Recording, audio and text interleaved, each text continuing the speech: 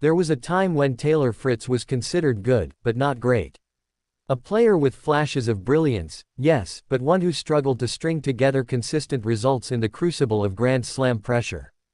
And yet here we are in 2025, watching a version of Taylor Fritz that has shed those doubts, rewritten the narrative, and silenced even the most skeptical voices. Before Wimbledon, Fritz had already laid down 2 markers, Stuttgart and Eastbourne. Back-to-back titles. A 9-match winning streak. He wasn't just winning, he was dismantling opponents. He was commanding courts with poise and precision. But then came the true test. Carlos Alcaraz. Wimbledon. Semifinals. Even with all that momentum, few believed Fritz had a shot. Sam Querrey was blunt, no chance. John Isner was even more direct, calling the idea of Fritz winning crazy. These weren't casual critics. These were veterans. Former top players. And yet, even they couldn't see past the shadow Alcaraz cast over the draw.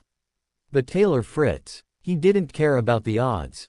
He walked onto center court that day not as an underdog, but as a man on a mission. A mission to prove that he belonged not just in the conversation, but in the Final Four, pushing the reigning champion to the very brink. And that's exactly what he did. The first set slipped away, 6-4 Alcaraz. But Fritz didn't blink. In the sweltering London heat, he adjusted. He elevated. He took the second set 7-5 with calculated aggression, painting lines, rushing the net, and showing nerves of steel. The third set, a slugfest. Alcaraz edged it 6-3.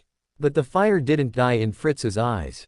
Fourth set, tie break, pressure mounting, crowd roaring. Fritz kept swinging, kept believing. He clawed and battled until the final point, before falling 7-6 in what was arguably one of the most gripping semifinal performances of his career.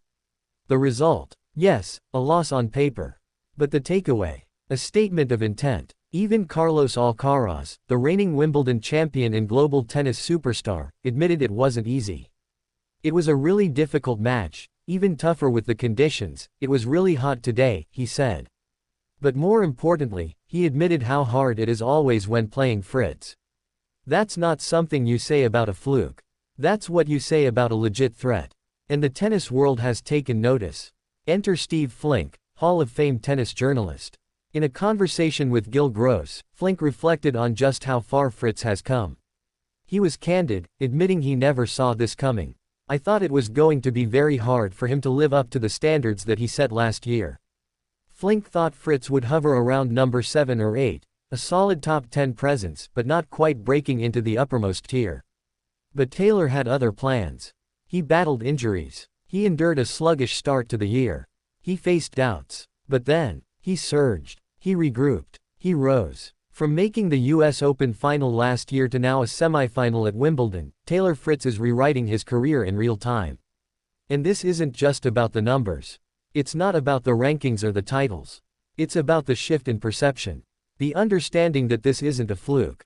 This is a man who has earned his seat at the table, alongside Alcaraz, Sinner, and the rest of the elite. There's a maturity in Fritz now. A clarity in his game. He's striking the ball cleaner. His court positioning is sharper.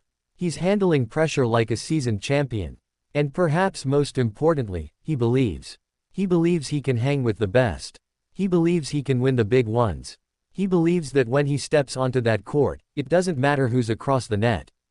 That's dangerous. That's inspiring. That's what champions are made of. So while the Wimbledon dream ended just shy of the final, the greater journey is far from over. Taylor Fritz didn't win the match, but he won something else, the world's respect. And in the coming months, as the tour heads to New York, Paris, and beyond, one thing is clear. Taylor Fritz is no longer chasing the top. He's part of it. Watch this space. Because the American is done knocking on the door. He's ready to break it down.